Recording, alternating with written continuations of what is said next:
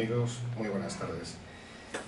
En nombre de la sección africanista del Ateneo de Madrid, les damos la bienvenida a una sesión más del ciclo de colonización visual que venimos desarrollando desde el pasado mes de septiembre y que además tendrá continuidad en enero con una serie de invitados que ya el director del ciclo, Miguel Ángel Samper, nos ha remitido y del que les informaré posteriormente, pero como es el primer día después de las elecciones de secciones de esta casa, pues quería decirles que no se ha presentado ninguna otra candidatura a la que formamos el grupo de personas que estamos al frente de esta sección.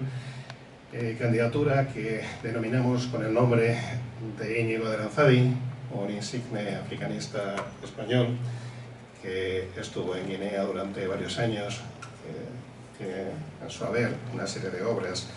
Concretamente estuvo en el Bosque Fam y allí gestó una serie de novelas, poemarios y estudios muy interesantes de diferente índole que bueno, pues nos pareció indicado, porque además de conocerle, además de haber celebrado recientemente su centenario, pues fue un poco liturtor, una de las personas que nos introdujo en el mundo africanista, y era una forma sencilla de tributarle un agradecimiento, un reconocimiento, porque parece que en este país no tenemos memoria, ¿no? Hay personas que sí fueron significativas, señeras, que como él destacaron. Incluso tuvo una novela en el Bosque Fam que fue reconocida con el Premio África y que fue un bestseller en su momento y que conoció distintas ediciones, pues con el paso de los años, sobre todo cuando dejamos de estar presentes, parece que nos olvidamos de todas estas cuestiones. La sección y las personas que formamos parte de la misma sí que le tenemos muy presente. Y quería decirles que en las elecciones de mesas del pasado 30 de octubre, nuestra candidatura quedó renovada automáticamente, quedando configurada de la siguiente manera.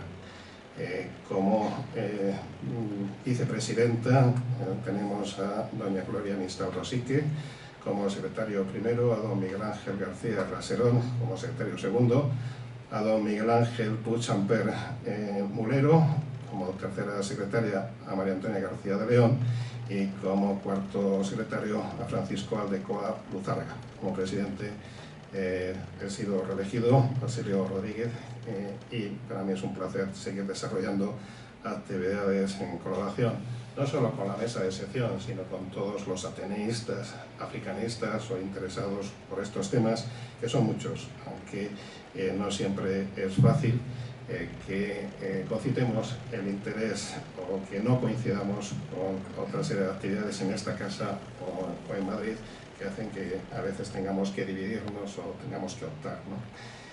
Bien, hoy tenemos a una joven invitada, pero que ya tiene un largo recorrido y que a continuación va a ser Miguel Ángel el encargado de hacer la presentación.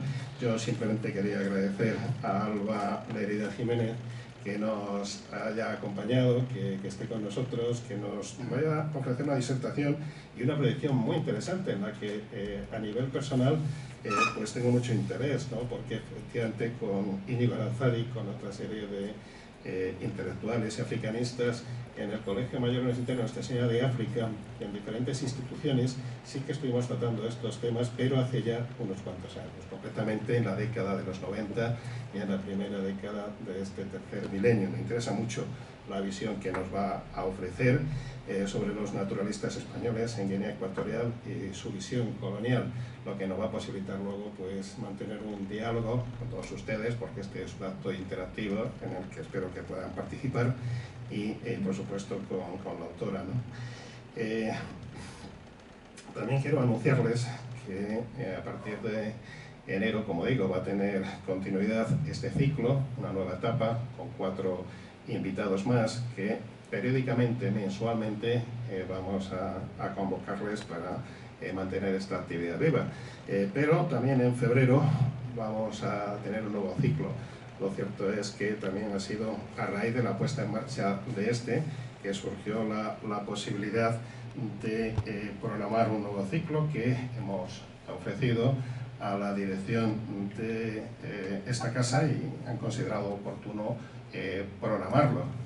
Si bien es cierto que son reticentes a que las secciones programemos demasiados actos, han considerado oportuno y muy interesante la propuesta de un ciclo sobre exploraciones africanas y antropología colonial, que en el mes de febrero nos va a ofrecer 4 sesiones. Tenemos aquí a Jorge, su inductor, director, el coordinador, que luego quizá en el colegio pues también nos puede hacer una breve presentación del ciclo como adelanto.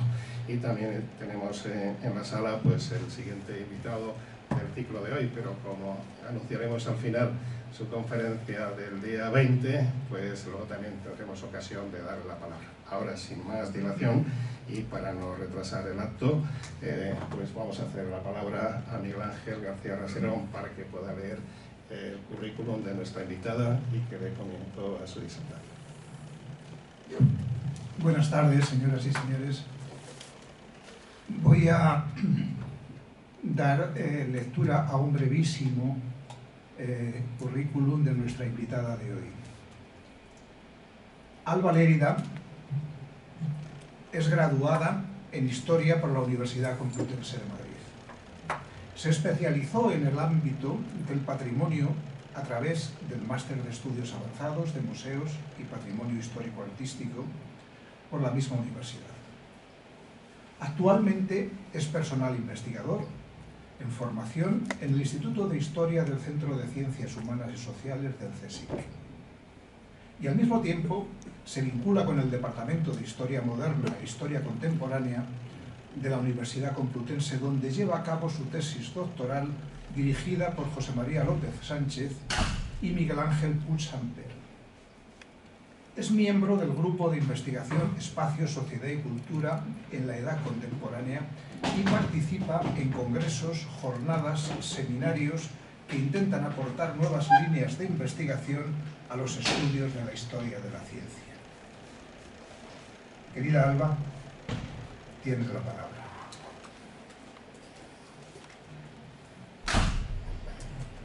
Bueno, pues buenas tardes, ¿se me escucha bien? Bueno, pues muchas gracias. Lo primero de todo me gustaría agradecer la organización de este encuentro tan interesante a Basilio Rodríguez, presidente de la sección africanista, por la realización de este ciclo que bueno, creo que nos permitirá dialogar sobre asuntos muy interesantes como son el colonialismo en África, la antropología visual. Y también me gustaría agradecer a Miguel Ángel Puig Samper por la coordinación de todos los ponentes y en especial por invitarme a participar. Estoy segura que va a ser muy enriquecedor y creo que voy a aprender mucho del coloquio posterior y de esta experiencia.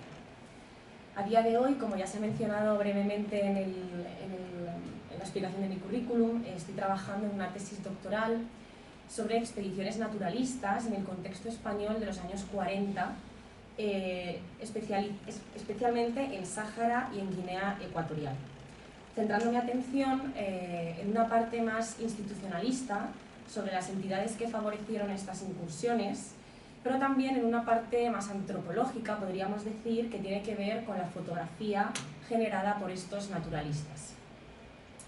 En esta ponencia intentaré poner en valor la visión colonial, como indica el título, aunque resulta un poco general, que tienen estos naturalistas sobre Guinea, centrándome mucho en la producción fotográfica que se obtuvo de estas expediciones, como digo, expediciones botánicas y geológicas sobre todo. El eje que voy a seguir principalmente tiene que ver con la idea del paisaje, a través de algunos conceptos, de algunas ideas transversales que girarán en esta discusión sobre la visualidad, la subjetividad y el poder. Todas estas ideas forman parte y resumen un artículo que he escrito recientemente sobre el fondo fotográfico de los Hernández Pacheco. Este va a ser, digamos, el tema principal de mi tesis, aunque intentaré bueno, pues hacer un gran contexto para entender bien. Y a su vez, aparte de este artículo, este trabajo se nutre de una estancia de investigación que acabo de terminar en Chile, donde he podido aprender y estudiar muchos aspectos metodológicos sobre el asunto de la fotografía, sobre la antropología visual, sobre la fotografía del paisaje y de los pueblos originarios. Entonces, espero que quede bien, ¿no? Antes de comenzar el trabajo en sí mismo, quiero presentar las partes en las que voy a dividir mi exposición para que resulte lo más claro posible. En primer lugar, trataré una breve introducción sobre los naturalistas y el discurso africanista que se genera en las instituciones científicas españolas del momento, para pasar a estudiar algunos aspectos más específicos, como pueden ser la visión colonial y el paisaje de los geólogos Hernández Pacheco, que más tarde presentaré, y su fondo fotográfico. Y en última instancia, hablaré muy brevemente de la infraestructura dentro del paisaje, como paisaje. En la evolución de los estudios científicos en España, a principios del siglo XX, debemos mencionar inicialmente la fundamental labor de la Junta para Ampliación de Estudios, bajo cuya adscripción se comenzaron a desarrollar investigaciones de importante calado, como por ejemplo los estudios prehistóricos o los estudios antropológicos, entre otros. Es ya entonces, en este momento, cuando se plantean nuevas tesis y nuevas proposiciones acerca de los fundamentos y del desarrollo del ser humano, cobrando bastante fuerza, para el caso español, una vieja hipótesis africanista que tenía que ver con la idea del origen común de las poblaciones norteafricanas y peninsulares. Todo ello determinó que el paradigma africanista se entendiera como un carácter ligado a lo hispano y como un germen fundador que delimitaría los principios de la identidad hispana. El discurso planteado tras la Guerra de África traslada su atención hacia la defensa de la reintegración de los territorios africanos como españoles y de la unidad geográfica entre los territorios situados a ambos lados del estrecho de Gibraltar. Estas son unas ideas, unos estudios que han sido ampliamente tratados por Carlos Cañete, que ha estudiado con un libro que se titula Cuando África comenzaba en los Pirineos, y ha tratado esta idea de la unidad geográfica y de la reintegración de los territorios africanos como españoles. Esta idea se afianza en el imaginario de muchos de los naturalistas que realizan sus viajes en los años 40 del siglo XX. Y fue realmente una sorpresa para mí encontrarme esta idea de la unidad geográfica en los escritos de los geólogos, ¿no? Eduardo Hernández Pacheco asume, entre otras cuestiones, que la zona litoral atlántica africana es un complemento geográfico del archipiélago canario, territorio con unas cualidades intrínsecas, por su posición estratégica, que actúa a modo de nexo entre la península y África. Y quiero leer una cita textual de una de las obras de Eduardo Hernández Pacheco, escrita en 1941, que dice: «Ifni es una isla canaria en tierra firme», profieren estos grandes españoles. Ahí añaden una unidad geográfica de todo el conjunto de la mar pequeña, tanto en las tierras continentales del litoral africano como en las insulares, que por el oeste limitan esta parte del Atlántico, que siempre en la historia fue objeto de las actividades de los pueblos hispanos, portugueses y españoles, con exclusión de otros europeos. Me resultó muy interesante ver esta cita de Eduardo Hernández Pacheco, que justifica esa unidad geográfica, ¿no? Y que se repite a lo largo de sus escritos. Con este contexto ya fijado, podemos entender lo que viene a continuación, y es, de alguna manera, la apropiación de ese territorio unificado.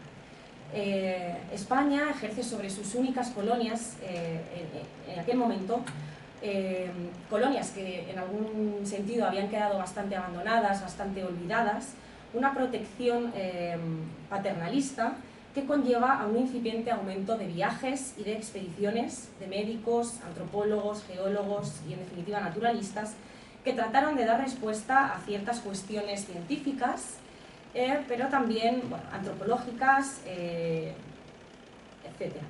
Y que intervinieron de alguna manera como supuestos agentes civilizadores ante un territorio que supuestamente tenía un escaso desarrollo económico, científico y cultural. Este programa colonial que se fue...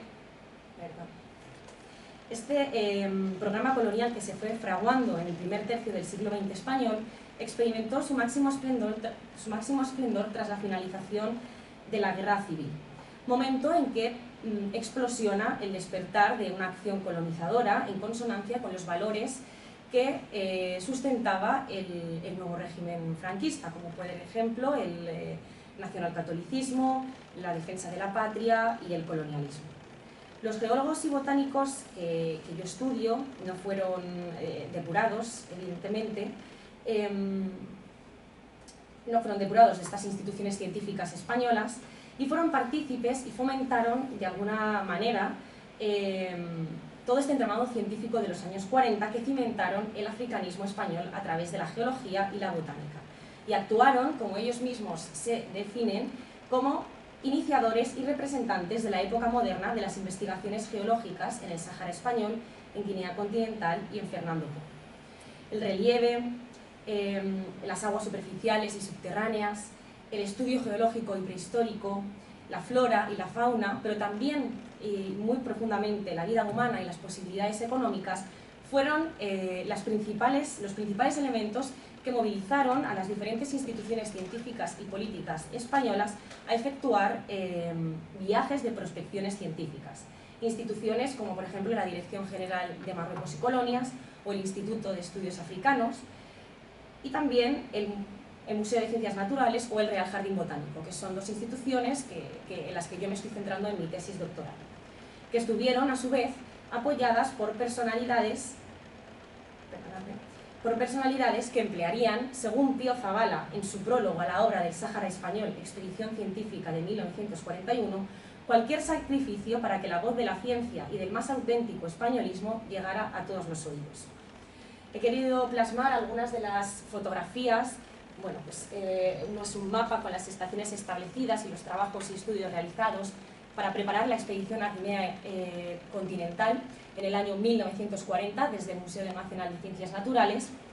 También he querido mostrar una fotografía de las salas del museo con uno de los investigadores que no se aprecia, que se ve muy poquito, que es Manuel García Llorens, y que precisamente es el zoólogo que acompaña a la expedición de 1941, y abajo la fachada del Real Jardín Botánico, para mostrar un poco cuáles son las instituciones en las que yo me estoy centrando.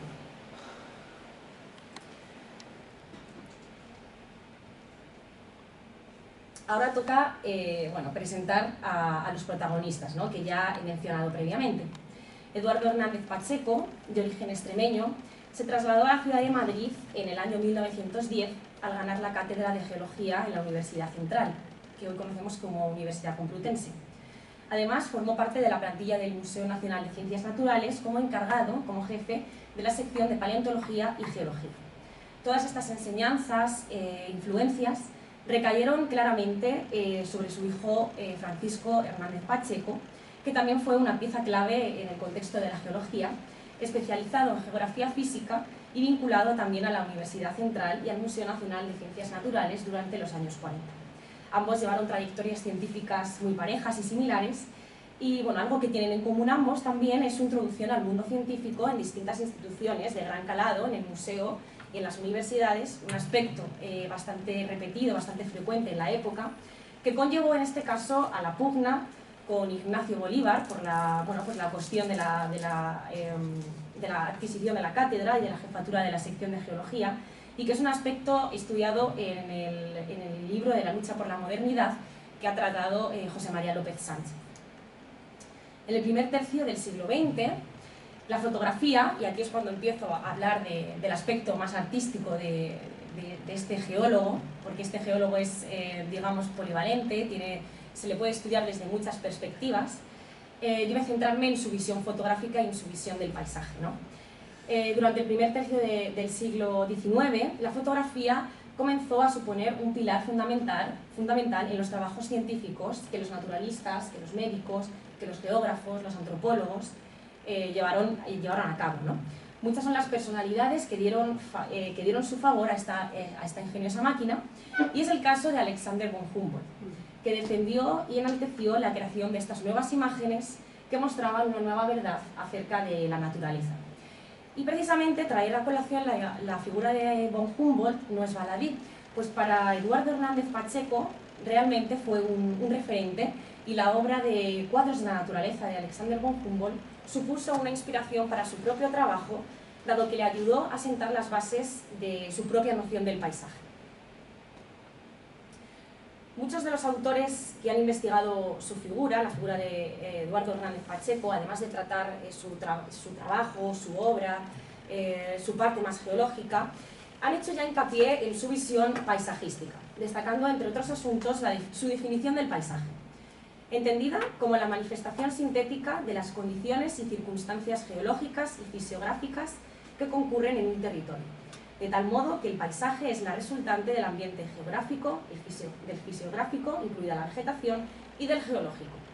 Se han analizado de forma exhaustiva la clasificación que Eduardo Hernández Pacheco realizó en torno a los 3 componentes del paisaje. En primer lugar, destacan los elementos fundamentales, que aunan el roquedo y la vegetación. Por otro, los elementos complementarios, con la nubosidad y la luminosidad, pero también el relieve del terreno y las masas acuosas. Y en última instancia, determina que los elementos accesorios del paisaje engloban a la geología y los aspectos humanos y etnográficos. Todos estos principios en torno a la paisajística llevaron al autor a ejercer el arte de la fotografía de un modo muy concreto, caracterizada por la representación de la geografía, de la vegetación y, en última instancia, la etnografía. Fue, sin duda, un gran fotógrafo y a día de hoy nos dejó un legado que a día de hoy es especialmente importante y relevante. Y me interesa atender a estos conceptos y a estas definiciones, pues nos permite entender, en primer lugar, la mentalidad del geólogo, del científico, que es una perspectiva que a mí me interesa mucho, y en segundo, sus intereses a la hora de la construcción de un imaginario a través de las imágenes. En el conjunto de la obra de los Hernández Pacheco ha sido especialmente estudiada la perspectiva en el contexto ibérico, una vertiente historiográfica que se ha traducido en investigaciones sobre imágenes y observaciones en Portugal y en Extremadura, pero también en Asturias, en Santander, etc. Estudios que se han sido llevados a cabo por Moyá, Casado o Nieto Godina. Por su parte, y de manera general, el campo de estudios sobre las fotografías que Eduardo Hernández Pacheco y su hijo realizan en las colonias ha sido un ámbito mucho menos estudiado. Y es aquí donde, con mi trabajo, pretendo, de alguna manera, aportar algo novedoso. Pero antes de comenzar con el siguiente punto, me gustaría destacar el creciente interés por los historiadores por el estudio del territorio como símbolo y los estudios sobre fotografía del paisaje. Y por ello, antes de nada quería mostraros estas 2 imágenes, en la Pedriza de Manzanares y la Sierra de Guadarrama, y en este caso en el Valle de Arán. Son fotografías, como he mencionado anteriormente, de los Hernández Pacheco en ese contexto ibérico. Su obra del solar hispano, Fisiografía del solar hispano, está completamente tiene muchísimas fotografías de este tipo. Perdón que te interrumpa, ¿dónde está el fondo Hernández Pacheco de fotografías coloniales? Perdón la interrupción. No, está en la Biblioteca Marqués de Vallecillo. ¿En la de Complutense? Sí, ahora voy a hablar del fondo. Como decía, quería también destacar, aparte de este contexto ibérico, que el asunto de las colonias queda un poco abandonado, y quería poner algunos otros ejemplos de cómo los estudios del territorio como símbolo y de los estudios sobre fotografía del paisaje están incrementándose en las últimas décadas, ¿no? Y por ello quería traer a colación a otras estudiosas, a otros investigadores, como Margarita Alvarado, con la que tuve la oportunidad de conversar en Chile, cuya vasta producción ha tratado la estética de la mirada científica o viajera frente al paisaje. Y esto me ha ayudado a procesar el cambio de entender el paisaje dentro de la fotografía, no como un objeto, sino como un sujeto principal, sino como un protagonista, a conocer otras miradas científicas frente a la fotografía del paisaje, en este caso americano, pero que me ayuda a extrapolarlo a mi objeto de estudio en África. Estas imágenes han sido recuperadas del escrito de Margarita Alvarado, titulado Estética de una mirada itinerante, el paisaje de la América del Sur bajo el lente de Roberto Gertzmann. Las fotografías, salvando las distancias, y pese a que el terreno es muy distinto, no deja de tener ciertas similitudes con la fotografía que yo me encuentro de los Hernández Pacheco, en la que prima la vegetación, el roquedo, como elemento central y como elemento fundamental de la fotografía. Y a continuación es cuando voy a pasar a hablar un poquito más de mi objeto de estudio, que es el fondo fotográfico Hernández Pacheco. El fondo fotográfico se integra dentro del conjunto de las colecciones de la Universidad Complutense de Madrid y es considerado como material docente. La historia de dicho fondo ha vivido numerosas vicisitudes y su localización algunos cambios, algo que se ha debido en buena parte al olvido y al abandono a lo largo de los años de esta documentación tan valiosa.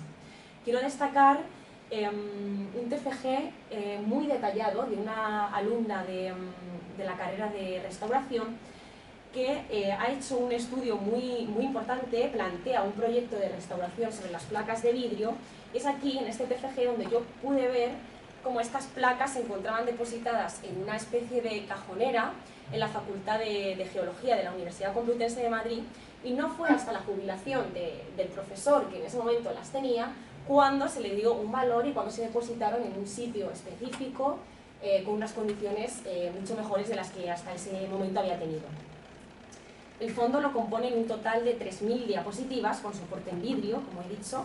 Muchas de ellas se encuentran coloreadas y su contenido engloba la temática común de la geografía y la geología de España y sus regiones, Portugal y las posesiones en España en África, Ifni, Sáhara, Marruecos, Guinea Ecuatorial, y también se incluye muy poquitas fotografías sobre Liberia y Nigeria.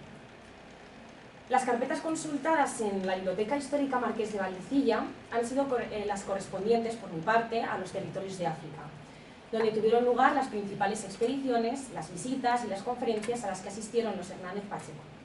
Las imágenes que yo he examinado componen un total de 400 placas que actualmente están digitalizadas, así que es bastante sencillo analizarlas, verlas, y les acompaña una clasificación descrita en una base de datos en la que se especifica, como se puede ver en la imagen, la asignatura, el autor, el país, la localidad, la región y un texto original que aparecía escrito en la placa de vidrio. Dicha recopilación, la realidad es que aporta una relevante información que permite reconstruir de manera muy eficaz este relato de desplazamientos, de viajes y de colonialismo. Es cierto que en algunos casos falta algo de información, pero es bastante la información que nos llega. Una vez que estudio estas imágenes, una de las preguntas que me hago es, bueno, ¿cuál es el número de imágenes que se hacen en cada territorio, ¿no? Pues el número de imágenes varía singularmente según el país en que se realiza. En este gráfico muy sencillo se puede ver, ¿no? El gráfico elaborado da cuenta del número exacto de las fotografías de cada zona. Encontramos 121 fotografías en Sáhara, 76 en Ifni, 73 en Guinea, 69 en Marruecos, 59 en Nigeria y 2 solamente en Liberia. El argumento principal extraído de esta diferenciación se explica en primer lugar por la cantidad de expediciones y el tiempo que dedicaron los Hernández Pacheco a sus investigaciones en Sáhara e Ifni, que fue muchísimo mayor al que dedicaron al resto de colonias. Solamente en la década de los años 40, entre Eduardo y Francisco Hernández Pacheco, porque Eduardo se jubila y le pasa el testigo, digamos, a su hijo Francisco Hernández Pacheco, contribuyeron a la acumulación de material científico con la realización de alrededor de 3 viajes en los años 40, si bien es cierto que en el 34 ya realizaron una importante labor en Ifni. Que la actividad fotográfica, por lo tanto, fuera mayor en Sáhara es natural. Me gustaría enseñaros esta fotografía que a mí personalmente me gusta mucho. Es una fotografía de Eduardo Hernández Pacheco, como veis, acompañado de un habitante de la zona, ¿no? que actuaría a modo de guía, muy probablemente, en el manantial de Layún, en Seguí al-Hamara. La siguiente pregunta que me hago es ¿qué representan estas fotografías? La división que se ha planteado en el fondo documental y fotográfico introduce 2 componentes, los grupos humanos y los paisajes geológicos. dado que son las dos grandes asociaciones desde las que parte mi hipótesis, y pretende dar respuesta a la aparición y a la cantidad de representaciones de cada uno de estos dos elementos. La conclusión que se obtiene, tanto del conteo como del análisis, establece que en Guinea, IFNI, Nigeria y Liberia, el número de imágenes con representaciones humanas es más elevado que en Marruecos y en Sáhara. El primer punto que debe destacarse del análisis es la paradoja de la labor antropológica y etnológica que practicaron ambos geólogos, el interés por el estudio del individuo, del otro, entendidos también desde esa perspectiva que antes se ha mencionado de componentes accesorios del paisaje. Y esto permea todo su recorrido fotográfico.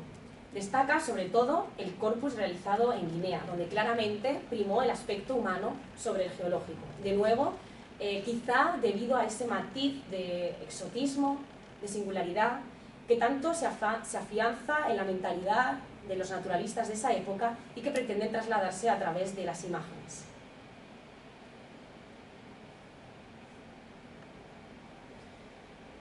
Como digo, uno de los motivos de esta variación entre representación humana y representación geológica tiene que ver con el motivo de la intencionalidad o el objeto que tienen estas visitas a las colonias. Tal y como se expone en las memorias realizadas en los 10 primeros años de andadura del Instituto de Estudios Africanos, por su cometido institucional y su propia naturaleza, siempre resultó muy importante para el desarrollo del instituto la cooperación internacional. Ese fue el principal motivo por el que alcanzaron no poca relevancia las conferencias o los congresos llevados a cabo en otros países, como hoy en día realmente, así como la difusión y la divulgación de la ciencia española en territorio africano, a través de los trabajos, publicaciones realizados en torno al mismo ámbito geográfico.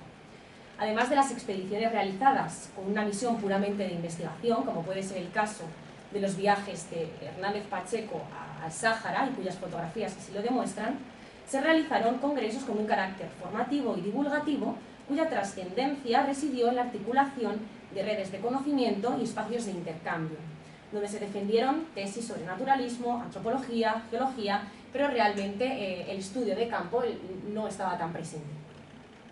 En el caso de los Hernández Pacheco, y en Guinea y en Nigeria, es exactamente lo que ocurre y así lo demuestran las imágenes. En diciembre de 1947, momento en que se intensificaron este tipo de actividades y de congresos, España estuvo presente en el Congreso de África Negra, organizado por Portugal en Guinea-Bissau. Asistieron personalidades de África, de Inglaterra, de Portugal y por supuesto también de España, siendo los representantes españoles Francisco Hernández Pacheco y el conde de Castillo Fiel. La importancia que tuvo este congreso, además de los trabajos y de las aportaciones personales que podrían ser evidentes, radicó en la designación de la Guinea española como sede del mismo congreso en el año 1951, lo que acabaría denominándose la Cuarta Conferencia Internacional Africanista de Africanistas Occidentales, en la CIAO, celebrada en Santa Isabel y alcanzando Francisco Hernández Pacheco la presidencia de dicho evento, y acompañado por otros nombres de la ciencia española en los años 40 como Juan Gómez Menor, Carlos Vidalgo Box o Emilio Guinea López, todos ellos adscritos al Museo de Ciencias Naturales o al Jardín Botánico.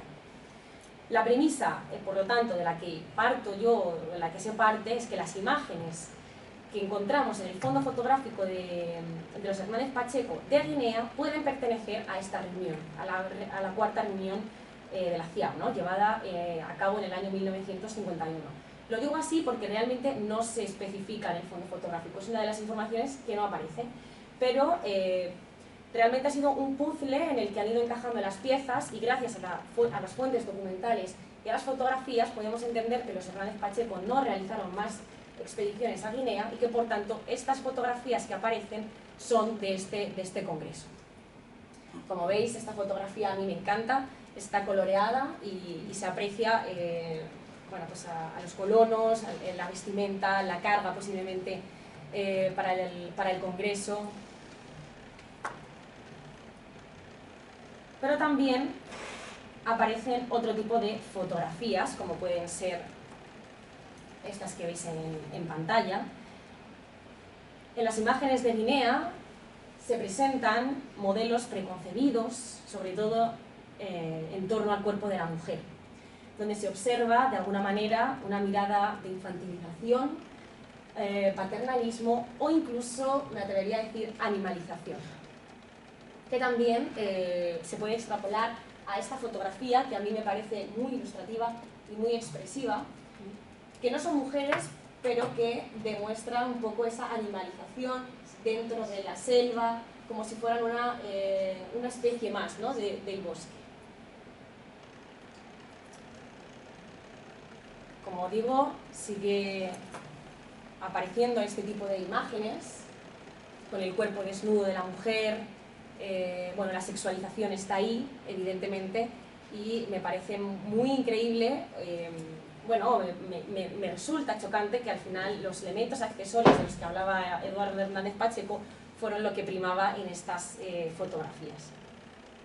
También encontramos alguna del paisaje de Guinea, pero es lo que menos prima. La intencionalidad en la fotografía que se realiza en Sáhara, porque esto ya no es Guinea, esto es el Sáhara, es bien distinta. En primer lugar, por el aspecto mencionado anteriormente sobre los estudios científicos realizados en este territorio. Hay otros aspectos muy importantes que destacan dentro de esta fotografía, como la geometría lineal que se introduce, que pasa a formar parte de la composición fotográfica. Incluso entran en diálogo algunas cuestiones técnicas, visuales, que tienen que ver, o que para mí son muy poéticas, ¿no? En muchos de los casos de los naturalistas, el asombro, la visualidad y el paisaje se concreta en la fotografía en clave poética, y a mí me parece que aquí ocurre esto. En cualquier caso, el paisaje se toma como sujeto principal y no como un objeto pasivo. Y es en Sáhara donde no encontramos prácticamente fotografías con estos grupos humanos. Estas son algunas de las fotografías que a mí me parecen muy impresionantes. Y como veis, el roquedo, la vegetación, es lo más fundamental dentro de su fotografía. Y ya para ir finalizando, me gustaría tratar muy brevemente, porque realmente no sabía si introducir este punto, la infraestructura como paisaje. Finalmente, gracias a la estancia en Chile, consideré que era apropiado introducirlo, y además son ideas que ahora mismo me están obsesionando un poco y que creo que quiero trabajar de cara al futuro, ¿no? Y es el tema de la infraestructura. En este sentido, se busca plasmar en las fotografías que yo me encuentro de Luis Hernández Pacheco, y en general en otros naturalistas, se intenta plasmar el progreso técnico. En este sentido, he querido traer la siguiente fotografía, que se trata de una imagen que representa una persecución en vehículo a unas gacelas. Incrementa esta idea de predominio y de supremacía técnica. Dado que esta acción colonial se relaciona con la modernidad y con el empleo de la más reciente e innovadora maquinaria, se hizo bastante hincapié en el contraste entre la sociedad nativa y la sociedad colonial desde la perspectiva de los recién llegados. En ese sentido, de acuerdo con el paralelismo que relegaba a las sociedades nativas a un estado más cercano a la naturaleza, la introducción de los progresos de la ciencia y la técnica en el propio paisaje no solo escenifica el dominio del paisaje natural, sino la subalternidad de dichas sociedades. No quiero introducir más asuntos sobre la cuestión automovilística o sobre fotografías en las que aparece el automóvil, pero me parece que es una línea que también se podría continuar muy interesante. En esta dicotomía que presento sobre la tecnología y la naturaleza, he querido traer otro ejemplo, que es lo que más me está interesando a día de hoy, que es muy importante, y es el tema del ferrocarril. Las imágenes que me encuentro del ferrocarril suelen aparecer en su mayoría en el territorio marroquí, y es algo de lo que yo me estoy desvinculando, es un territorio del que me estoy intentando desvincular un poco, ¿no? Pero no solo nos las encontramos en este territorio, ahora posteriormente lo vamos a ver. Son realmente chocantes las fotografías que vemos en pantalla, o a mí me lo parecen, que muestran y pretenden señalar la abrupta ruptura con la naturaleza, con ese corte de la vía férrea, como se puede apreciar sobre la piedra, ¿no? La linealidad de las vías nos lleva a un horizonte que se corta, y la infraestructura aparece como elemento central del paisaje. En este momento la mirada no se mueve en torno al paisaje, sino que la mirada se centra en la vía férrea y en la maquinaria. En estas fotografías podemos destacar de nuevo esa tecnología frente a la naturaleza, a la supremacía técnica frente al escaso desarrollo del territorio y esa muestra de las grandes maquinarias que justifican esa superioridad. Como digo, no solo encontramos estas fotografías en Marruecos, sino que también las encontramos en Guinea. Esta fotografía a mí me encantó encontrarla, la localicé en el Fondo de África, en el Archivo General de la Administración, y me llamó muchísimo la atención. En el pie de la fotografía aparecía escrito el nombre de J. Nosti, que era un ingeniero de minas del que yo había oído hablar y del que había leído, pero del que no había profundizado demasiado. Jaime Nosti fue un ingeniero agrónomo y jefe de la sección agronómica de Fernando Po y Guinea Española. Según Emilio Guinea, que es un botánico del Real Jardín Botánico, cito textualmente, hace años dedica su fecundo esfuerzo a la mejora de la agricultura de la colonia, introduciendo en ella nuevos cultivos, mejorando los existentes, impulsando los estudios botánicos, organizando la recogida de datos meteorológicos en densa red de pequeños observatorios y atendiendo, en suma, a cuantas cuestiones afecten de modo vital a la agricultura de la Guinea Española. Tan tensa labor se realiza merced al inteligente y eficaz apoyo tutelar que le prestaron y le prestan desde la Dirección General de Marruecos y Colonias y el actual y los de anteriores directores generales, así como el gobernador, jefes del señor Nosti. Volviendo a esta foto, vemos como el encuadre quizás es un poquito distinto al que encontramos en Marruecos, y aunque la vía no aparece marcando el punto del horizonte, también aparece como objeto central de la imagen. En este caso, la naturaleza, en contraposición, aparece como tragándose al elemento artificial. En cualquiera de los dos casos, la naturaleza y la infraestructura dialogan de una manera muy profunda. Y de nuevo, quería mostraros unas imágenes de América, para aprovechar esa estancia en Chile. Bueno, yo localicé estas fotografías, vi muchas de estas fotografías y sin duda alguna me resultaban completamente similares a lo que me encuentro en Sáhara y en Guinea. Al final creo que todas estas imágenes en ese tiempo forman parte de un modelo, de un estereotipo de fotografía, de imaginario. Y ya voy a ir terminando, unas reflexiones finales. El análisis del Fondo Fotográfico Hernández Pacheco manifiesta los diferentes fines con los que se llevaron a cabo las imágenes. Por un lado, el científico, como hemos visto, el más importante quizá, pero por otro, el docente y el divulgativo. Esta clasificación la determinan los diversos públicos a los que se dirigió con sus imágenes. Se constata que en su observación se aplicó en las aulas universitarias de la Facultad de Geología a través de la docencia.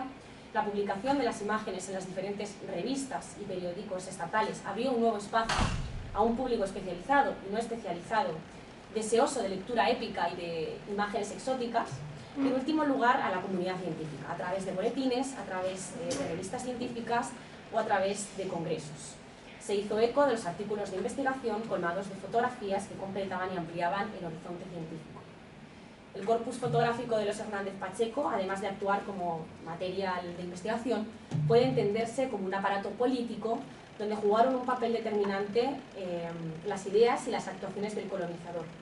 Algo que se expresa muy bien en palabras de Inés Plasencia Camps, entendida como un dispositivo colonial y tecnología de gobierno y aplicada a numerosas disciplinas, la fotografía pudo entenderse como parte de la construcción y manifestación de una identidad que ocultaba toda agencia que no viniera del colonizador.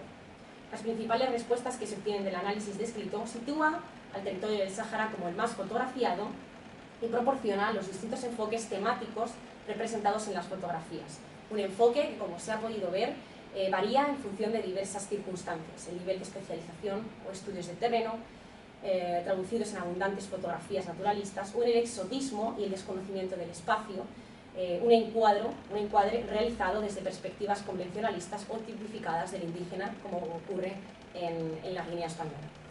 Y esto sería todo. Muchísimas gracias por la atención y quedo a la espera de diálogos, conversaciones y lo que surja.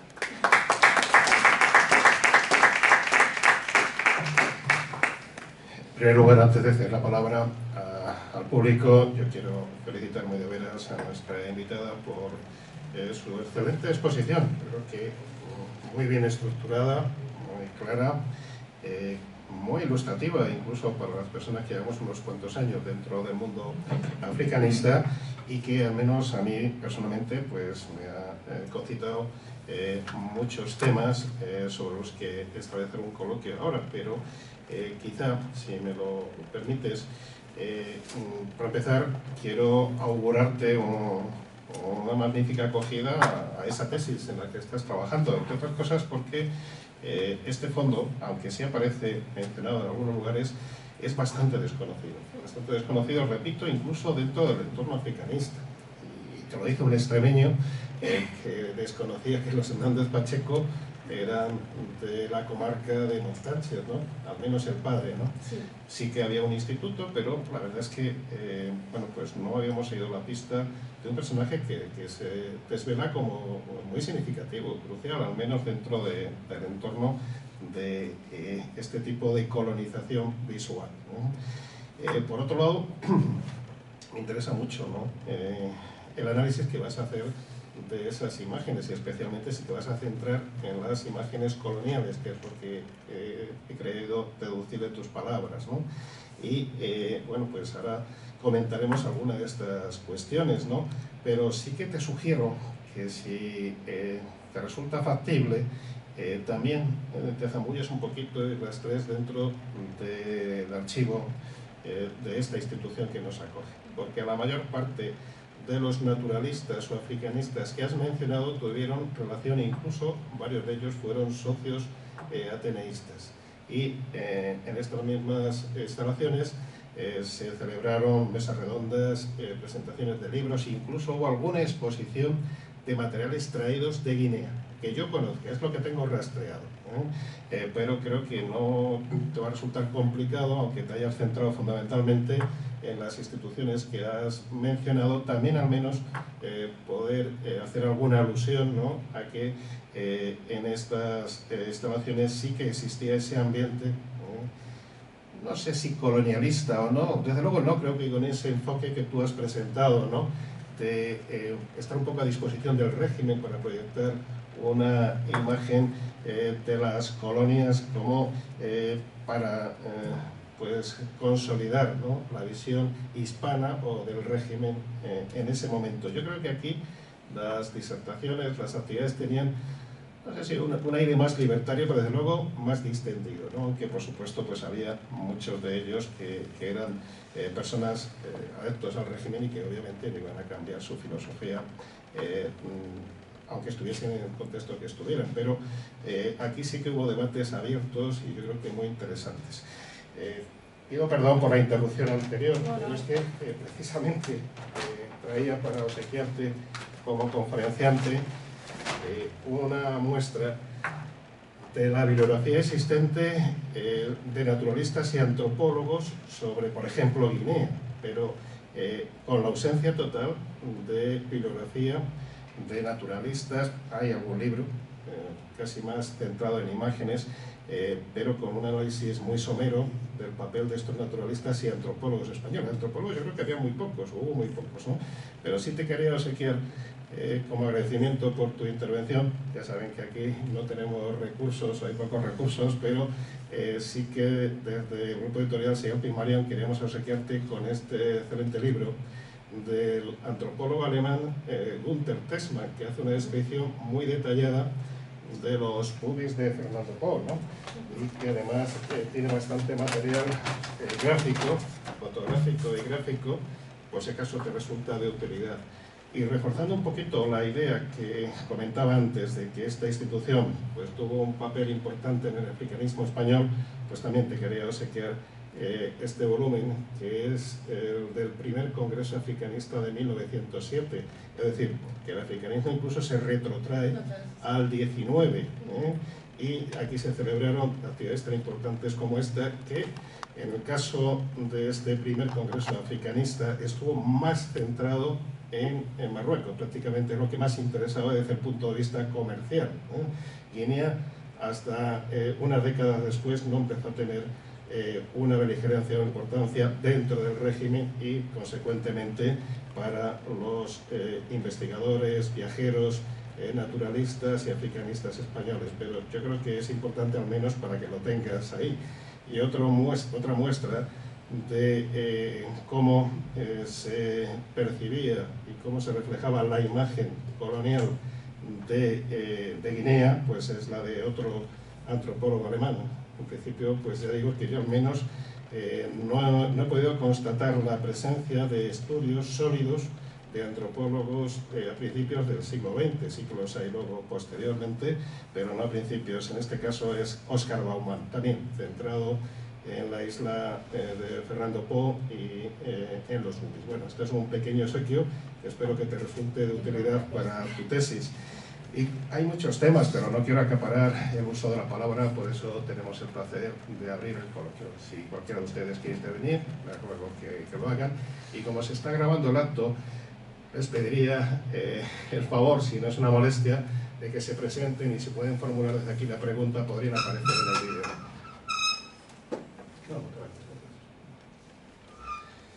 ¿Alguien quiere intervenir? Si no, yo tengo muchas cosas que preguntarle, ¿eh? ¿Quiere preguntar? Por favor.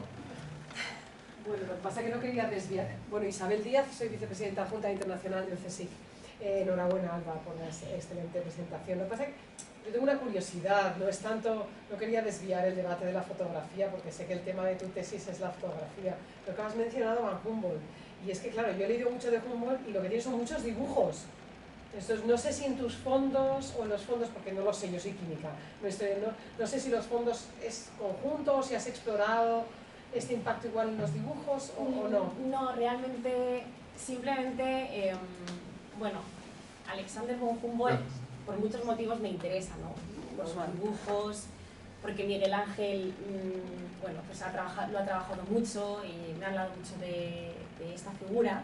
Y entonces cuando yo leí que para Eduardo Hernández Pacheco había sido una referencia, como que me chocó mucho, ¿no? Y por eso quise traer este dato, pero realmente, bueno, son cosas bastante distintas y yo no trabajo eso. Y ellos no tienen registro de dibujos tampoco. Los Hernández Pacheco no tienen dibujos, vale, pero hay otros naturalistas, que es una línea que es muy interesante, sí que lo tienen. Emilio Guinea, que lo he mencionado, es un naturalista botánico que hace muchísimas fotografías, pero hace muchísimos dibujos. Entonces, eso en mi tesis también va a aparecer. El tema de, por lo menos los dibujos de Emilio Guinea van a aparecer porque son muy ilustrativos también. Sí, hay bastantes dibujos. Por supuesto, estamos hablando de otros, pero si abres un momentito, por ejemplo, el primer libro, el de Gunther Tessmann, era costumbre efectivamente ilustrar con fotografías, pero eran caras en esa época y no siempre pues tenían a su disposición, ¿no? Cámaras, materiales y un técnico, y muchos de ellos no eran tampoco expertos, ¿no? Por tanto, por ejemplo, en este libro lo que priman son los dibujos, ¿no? Hay algunas fotografías, pero priman los dibujos y efectivamente en los libros de Guinea pues sí que hay bastantes que al menos yo tenga localizados, ¿no? Sí. Porque bueno, tenemos una modesta biblioteca sobre Guinea y ahí sí que hay bastantes fondos y por supuesto si apareciesen algunos más significativos y si queréis estaré encantado de facilitaros la reseña de los libros, de las obras o incluso mostrarlas en cualquiera de las actividades que organicemos aquí. Muy bien, pues muchas gracias por la intervención. ¿Más preguntas? Bueno, mientras se decide a preguntarte, a mí me gustaría, dices que has estado también trabajando los fondos del IDEA, del Instituto de Estudios Africanos. El IDEA tiene una historia bastante convulsa, bastante complicada, y quería preguntarte si sabes dónde están esos fondos actualmente. La última noticia que yo tuve es que estaban en instalaciones del obispado, pero no sé si es así, si tú tienes constancia, dado que durante varios años estuvieron, desde 1960 y tantos hasta mediados de los 70, esos fondos del IDEA estuvieron en el Colegio Mayor Universitario Nuestra Señora de África. Pero en el momento en que cambió la directiva y bueno, pues la filosofía del centro y del ideario, esos fondos creo que fueron recuperados por el obispado y desde entonces se les ha perdido la pista. ¿Tú has encontrado parte de esos fondos o tienes idea de dónde pueden estar? Bueno, aquí también puede participar José María López Sánchez, porque es el especialista en esto. Pues José María, si tienes aquí, así ya te conocen, que va a ser nuestro próximo invitado, para que por favor salgas en el vídeo si no tienes inconveniente. él lo puede explicar mejor, pero nosotros tenemos constancia de los fondos del CSIC que se encuentran depositados en el Archivo General de la Administración. Y como el instituto pertenecía al CSIC, pues estamos tirando de ese hilo. Pero realmente hasta ahí puedo leer, ¿no? Porque Pues, ya Chema... Cuéntanos. A ver, yo he llevado a cabo algunas investigaciones sobre el IDEA y el fondo documental, con la documentación generada, valga la redundancia, por el Instituto de Estudios Africanos, pertenece al fondo documental del CSIC, que está en el Archivo General de la Administración. Está en el CSIC. Ahí está, Ellos. ahí está una parte. Digamos del fondo documental generado por el Instituto de Estudios Africanos como una institución dependiente, como un instituto más que dependió del CSIC, pues hasta su práctica disolución. Y luego hay otra parte todavía más importante, más jugosa, más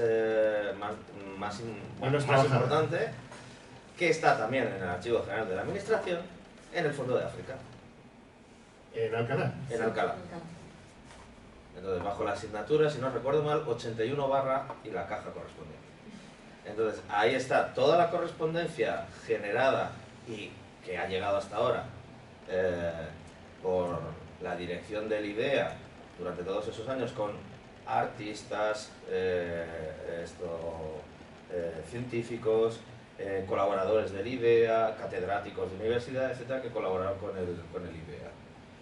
Además está, bueno, se puede ver, por ejemplo, un catálogo de sus obras. Ese lo mandé fotografiar, fotocopiar, creo que me llegó hace poco, porque ahora ya se pueden hacer fotos en el AGA, pero antaño no, y lo que tardaban.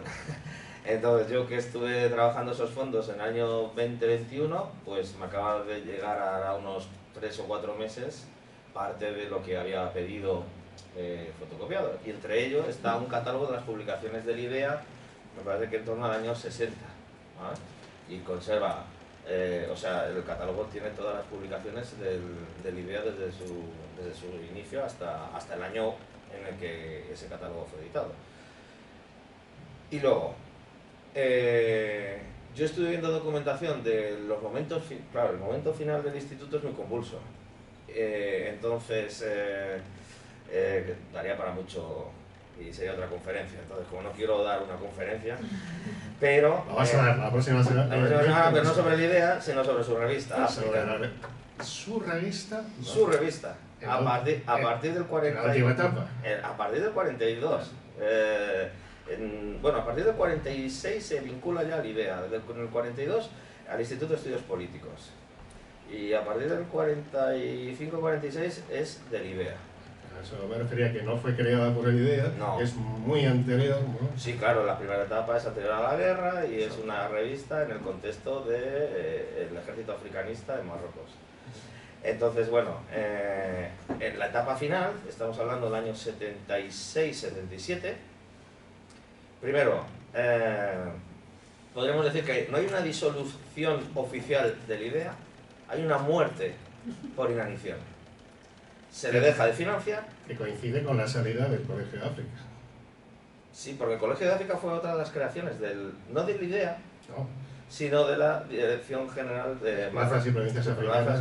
Porque va a tener varias denominaciones. 4 residencias de los estudiantes africanos. 4. Sí. Entonces, muere en el año 76-77, la revista aguanta un poquito más, hasta el año 78. Una tarjeta sí tienes. Perdón, sí, no te interesa mucho eso. Y los fondos fundamentales están ahí. Pero es verdad que yo vi documentación también en la que, por ejemplo, Martín Almagro Mas, entonces director del Museo de Antropología, decide quedarse para el Museo de Antropología todo lo que va a ser la documentación y el material del Museo de África, sí creado por el IDEA y desaparecido en torno a África de los años 60 también. Entonces Martín Almagro Mas consigue llevarse al Museo de Antropología el antiguo Museo de África, que estaba en Castellana número 5, que era donde estaba el IDEA. Y porque eso tardará en decidirse quién se queda con ello, quién no se queda, pero al final se queda. Lo que es interesante es que todas las pinturas que adquirió el IDEA de las diferentes exposiciones pictóricas sobre África, que cada año prácticamente celebraba un certamen, pues eso se repartió, yo creo, por la documentación, no hay algo definitivo, pero la documentación así lo indica, se repartió entre las diferentes sedes de la administración pública de los ministerios españoles, a partir de la desaparición del IDEA. Entonces, probablemente muchos cuadros del IDEA o están en almacenes de los ministerios o están colgados en, sin que lo sepa, el respectivo secretario general de Estado o ministro en los despachos de los ministerios españoles. Si no lo han quitado con la ley de memoria democrática. No sé, no creo, porque esas pinturas, sencillamente, a lo mejor pues, son las que formaron parte de los concursos del IDEA y se repartieron entre esas sedes. Pues, qué interesante, José María. Esto sirve un poco de aperitivo para tu conferencia, que se va a titular La revista África y el colonialismo en Marruecos y Guinea, que vas a impartir el 20 de noviembre, lunes 20. Muchas gracias por tus aportaciones y yo sigo manteniendo la idea de que efectivamente hay parte de ese archivo. Lo que habéis dejado claro ambos es que está absolutamente diseminado. Yo sí que te pediría el favor, o si no, a ver si podemos saber si hay algo de verdad de ese fondo en el CSIC. ¿Tú crees que se puede arribar? Si no, intentamos puedo ponerte en la dirección adecuada por para favor, investigar, si eres amable. nada más pura Fernanda. Claro, también para utilidad de los investigadores, pero tengo un interés personal.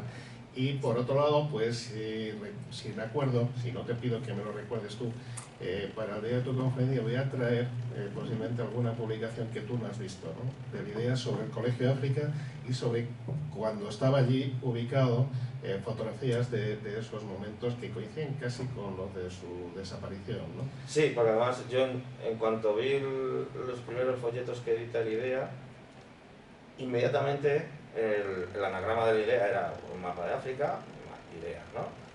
Inmediatamente yo lo asocié, porque ahora que has hablado, yo creo que fue en el año 94, 96, yo asistí a un curso que entonces organizó el Colegio de África. Con la Asociación Española Africanista. Posiblemente, sobre la descolonización de África y Asia, pero fundamentalmente África, y que entonces llevaba el que era catedrático de la Universidad Complutense, José Urbano Martínez Carrero. Nunca fue catedrático.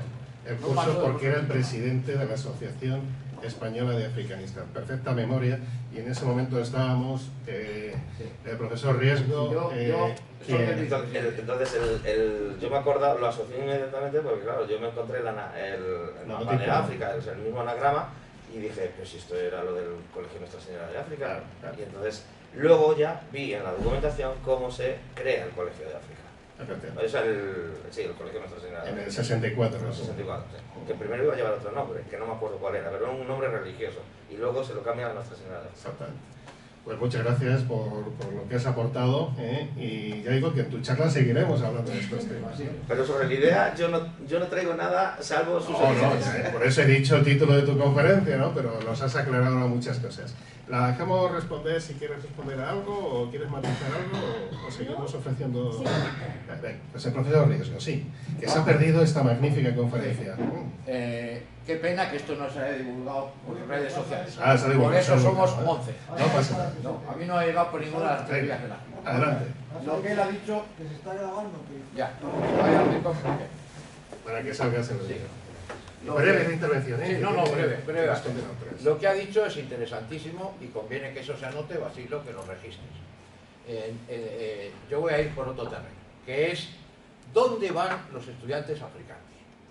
Antes de la toma de Madrid, que no nos engañemos, Franco gana la guerra gracias a los marroquíes, que son 120.000, los legionarios solo 37.000. Entonces se produce un reparto del botín. ¿Y qué piden las tropas africanas? Que se les dé el lugar mítico que es la residencia de estudiantes. Recomiendo a todos que lean ese libro Madrid Majerit que ha hecho la Casa Árabe, donde Rosa María Madariaga pone las fotografías del lugar donde residieron los estudiantes, principalmente marroquíes, porque tenían idealizado donde estuvo Ahmed Abdelkrim, el hermano de Abdelkrim. Ah, sí. ¿Cuál es el segundo paso? que es lo que veo que él lo sabe. Pues el segundo paso es, cuando ya aquello va pasando a otros sitios, es que van al colegio mayor del conjunto de... Por cierto, la biblioteca de la residencia de estudiantes apareció en gran parte en el colegio mayor Cisneros. Y entonces hay, detrás del Covarrubias, un colegio que le llaman Francisco Franco. Y ese va a ser el segundo lugar de residencia, muy cerca del anterior África. Y ahí está en un tiempo que, por cierto, ese colegio se le cambia el nombre porque eran todos masculinos, se le pone Santa Teresa y ahora es un colegio femenino. Y entonces el tercer lugar al que van es al Colegio África, que conoció Basilio, que ahora es la sede de la Facultad de Ciencias Políticas y Sociología de la UNED. Y ya el cuarto, estando Basilio, es el África actual, en Ramiro de Maeztu, que tengo entendido que es el colegio que era el Instituto de Previsión Luis Vives. O sea, es los 4 lugares por donde van los becarios africanos. En aquel momento, principalmente Marruecos, y vamos, muchísimos de los personajes más importantes hasta hace poco de Marruecos, empezando por el médico que le salvó la vida a Hassan II, han estudiado todos sus respectivas carreras, medicina, farmacia, en España, de las becas que se daban. Muchas gracias. También en el colegio residieron los saharauis, Exacto. que cuando la Marcha Verde se descolgaron de noche y abandonaron el centro y sus estudios universitarios. Muchos de ellos han intentado luego regresar para documentar su estancia aquí, pero esos archivos también desaparecieron, no se sabe cómo. Perdón que nos hemos desviado un poquito del tema de tu intervención, que yo creo que es muy interesante. Estoy aprendiendo.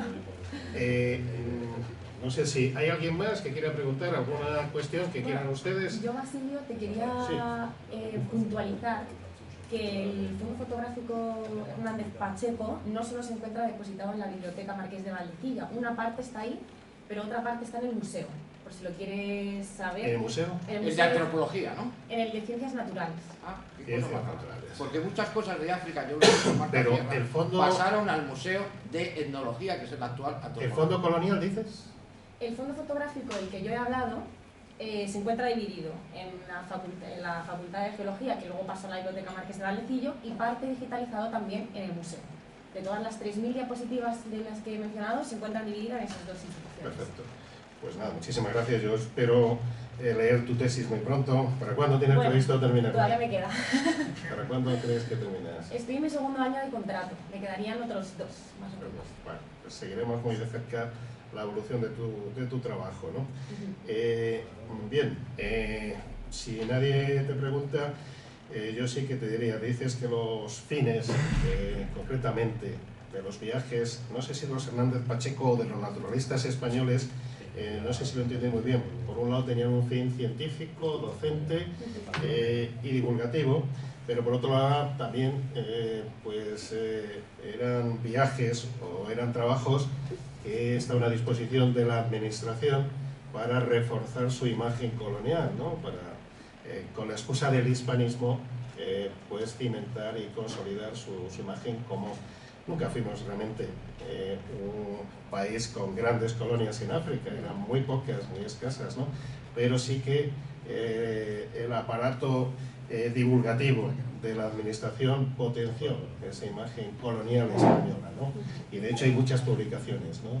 El África colonial española y todas sus variantes, con bastantes obras de muchos de estos naturalistas, que supongo que era la condición, ¿no? Les pagaban los viajes, pero tenían que producir una serie de obras que justificasen esa inversión. ¿Tienes constancia de ello? Sí. A nivel científico existían grandes sociedades, como la Real Sociedad de Historia Natural o la Sociedad Geográfica. Entonces, lo que yo tengo constancia es que muchos de estos naturalistas tenían que dar a cambio, después de sus viajes, unas conferencias y unas publicaciones obligatorias, digámoslo así, en estas sociedades y en los boletines de estas sociedades, en el boletín de la Real Sociedad Geográfica y en el de la Historia Natural. Entonces, eso es un poco lo que debían a la administración. Luego, también en el IDEA aparecen varias de estas conferencias publicadas, ¿no? Sí, en los boletines a día de hoy son fuentes también muy fundamentales, porque ahí es donde todas las conferencias están escritas. Entonces son fuentes muy útiles para... Y volvemos a José María. También en la revista África aparecen muchos de estos viajes, reseñas de estos viajes, ¿cierto? Sí, ¿no? Muy bien. Sí, la revista África también es una fuente que Chema y yo, que José María y yo estamos utilizando muchísimo, no solo por las imágenes, sino también por todos los artículos que ahí se publican. Bien, y al principio comentabas que, bueno, pues en el libro este que citabas de África, empiezan los Pirineos, Sí. Se mantenía la tesis de que Canarias y las antiguas colonias africanas componían un mismo espacio, ¿perdón? Sí, un mismo territorio, ¿no? Un mismo espacio o territorio. Parecía que tú asumías esa tesis, ¿estás de acuerdo con ella? Sí, estoy de acuerdo. O sea, de hecho, he querido traer esa cita textual porque realmente era una idea de la que yo había leído, pero no tenía una justificación clara. Pero cuando de repente me encontré con la obra de la expedición al Sáhara en 1941 de los hermanos Pacheco y vi literalmente citada esa unidad geográfica, me quedó más clara aún esa idea. Entonces creo que es importante reforzarla. Si bien es cierto que es un concepto Controvertido cuando menos. controvertido y que en cierto modo se va diluyendo en los primeros años del franquismo. O sea, a principios como en los años 45, los años 46, es un concepto que ya por los propios naturalistas se va dejando a un lado, que no se va apoyando. Pero es cierto que hasta el año 45 es un concepto que está muy vigente en los escritos y que se puede leer, como he traído la cita, ¿no? Entonces, bueno, sí, es muy controvertido. Porque es muy controvertido y son tesis complicadas y peligrosas en el momento actual, ¿no? Cuando Marruecos está intentando anexionarse no únicamente las plazas del norte de África, Ceuta y Melilla, sino incluso cuando hay tentativas, ¿no?, de anexionarse Canarias, ¿no? Y ahora con el tema de la emigración y demás, desde luego yo creo que quizás eso nos tendría que dar pie a organizar una mesa redonda para debatir el tema. Lo que sí está claro es que, por ejemplo, el acceso a ITNI era muy complicado, ¿no? Y que salvo por barco desde Canarias, Claro, es lo que hacía. o por avión, pues prácticamente por tierra era imposible acceder. Claro, Canarias se convierte en un territorio estratégico precisamente para eso, ¿no? Para acceder a esas colonias. Y también supongo que ahí refuerzan esa idea de unidad. Bueno, Basilio, este es el mapa oficial de Marruecos de 1879. En él marcan una frontera con el Sáhara. Reconoce oficialmente Marruecos en 1879 que el Sáhara no le pertenece. Y en todos los tratados del siglo XIX con España, cuando se habla de Santa Cruz de Mar Pequeña, se dice que Marruecos no tiene jurisdicción sobre ella, no lo puede entregar. Estamos hablando del siglo XX. En el siglo XX ya las tesis cambian y las aspiraciones Déjame cambian. que diga una cosa del siglo XX. Yo No, acabo pero de estar, brevemente, Juan Manuel, brevemente. acabo de estar en IBNE. Sí. ¿Por qué se establece IBNE allí? Que a lo mejor tú no lo sabes. Y te lo voy a explicar.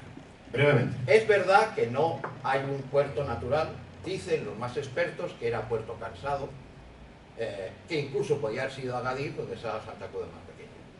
Pero establecen allí por una coincidencia. Se encuentran de pronto que en una zona de calor terrible hay un fenómeno atmosférico que se llama el manto, por el cual el viento del mar allí hace que el calor terrible del Sáhara se frene y que haga una climatología única en toda esa zona. Yo he estado ahora hace un año y los mayores, en cuanto te oyen español, van corriendo, se vuelcan. Algo que se ha publicado en la revista, casi todo, es mentira. Y entonces, claro, establecen aquel sitio donde no hay un puerto natural. Y por eso tienen que construir la cinta transportadora, que el grupo que estábamos nosotros, había un concejal socialista de Madrid, nos metimos sin ningún problema, había una garita de vigilancia, nada, aquello estaba abandonado sin funcionar, nadie lo vigilaba, material extraordinario, curioso. Pero bueno, allí es un sitio, un cierto idealista, no hay problemas de terrorismo ninguno, los saharauis jamás han puesto una bomba en Marruecos, cosa que ningún movimiento de liberación tiene, y ya digo, yo este mapa lo he fotocopiado, lo he distribuido en una conferencia, querido Basilio, y me he cargado las tesis de Bernabé López y algunos de los agraciados de la Autónoma Pero, que insisto, cobran un estamos gran sueldo hablando de las por dar tesis conferencias actuales, de aquí. la situación actual. Y yo, de la situación actual, te digo, acabo de venir de ITNI y aquello es un paraíso.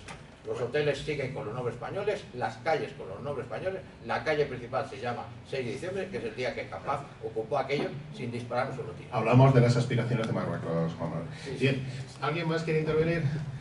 Bueno, pues antes de despedir a Alba, Insisto, vamos a estar en contacto. Yo espero que podamos organizar otras actividades donde nos vayas dando cuenta de los avances de tu tesis, pero sí que me gustaría brevemente pedirle a Jorge García Sánchez, profesor de Arqueología de la Complutense, que venga un poquito aquí para que también aparezca en el vídeo y nos describa brevemente cuál es la idea de ese proyecto que vamos a poner en marcha en febrero del ciclo sobre colonizaciones, exploraciones africanas y arqueología colonial, si eres tan amable. Bueno, muchas gracias. Bueno, antes de nada, enhorabuena a la conferenciante por la charla tan magnífica que nos ha brindado y bueno, agradecer este nuevo ciclo de febrero a la sección africanista y a Basilio, a José María, que también me dio la idea, y a Miguel Ángel. Básicamente se va a tratar de un ciclo de 4 conferencias en las que 2 profesores de universidad, Jacinto Antón, el periodista del País, y un trabajador de una empresa de viajes arqueológicos, pues vamos a exponer una serie de publicaciones, vamos a hacer charlas acerca de 4 arqueólogos, exploradores relacionados con el ámbito africano, en el ámbito del Ateneo. Queríamos sobre todo salir de la Facultad de Geografía e Historia, salir del ámbito de la universidad, porque como hablaba con Basilio ya consideramos que hay una grandísima falta de interés en realidad por todos los temas científicos. Luego se habla de lo vocacional y de lo pasional, pero no lo estamos encontrando. ¿Y en qué fecha en las aulas?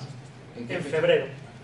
¿Qué días son, Miguel Ángel? Del 19, 20, 21 y 22. Exactamente.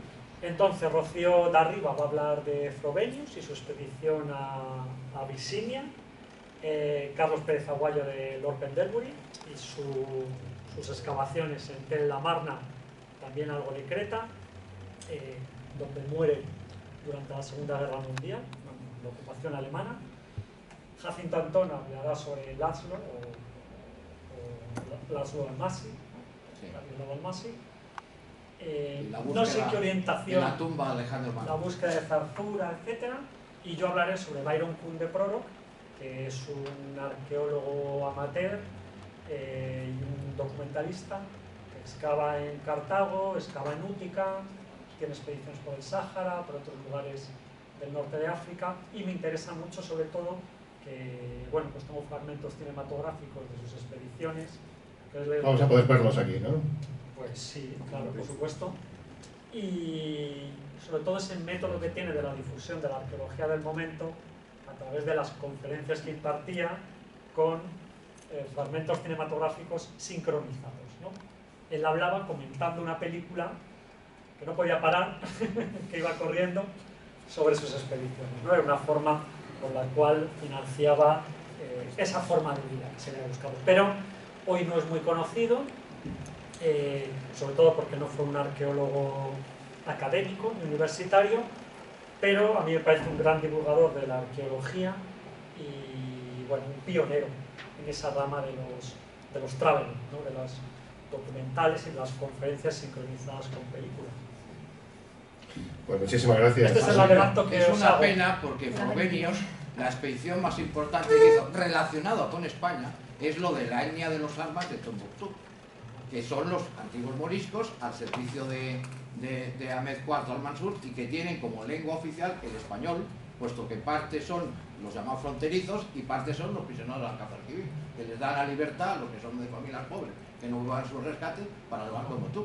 Eso, Frobenius dio unas conferencias en la presidencia de estudiantes, tomó en cuenta a Ortega Gasset, hizo un artículo extraordinario en El Sol y de ahí viene un tema muy importante de España con África, que eso es uno de los pretextos, de lo que antes ha dicho Basilio, de que se quiso justificar aquella presencia española para extender los territorios, y Franco lo quería con la debilidad de Francia, pero claro, el pacto que tenía Alemania con la Francia de Vichy y de Petain lo impedía. Pues nada, es muy sugerente ese ciclo y lo divulgaremos, lo estamos haciendo, estamos divulgando ya con tiempo las actividades y desde luego va a ser muy enriquecedor. Muchas gracias por la propuesta. ¿De acuerdo? Y despedimos aquí ya el acto. Agradecemos de nuevo a Alba su excelente conferencia Esperamos, ya digo, estar en contacto para que nos vaya ofreciendo novedades sobre cómo va evolucionando. Y nada, el lunes 20 les esperamos para escuchar a José María López Sánchez, como dije antes, con esa conferencia titulada La revista África y el colonialismo en Marruecos y Guinea. Gracias a todos por su presencia y hasta el 20.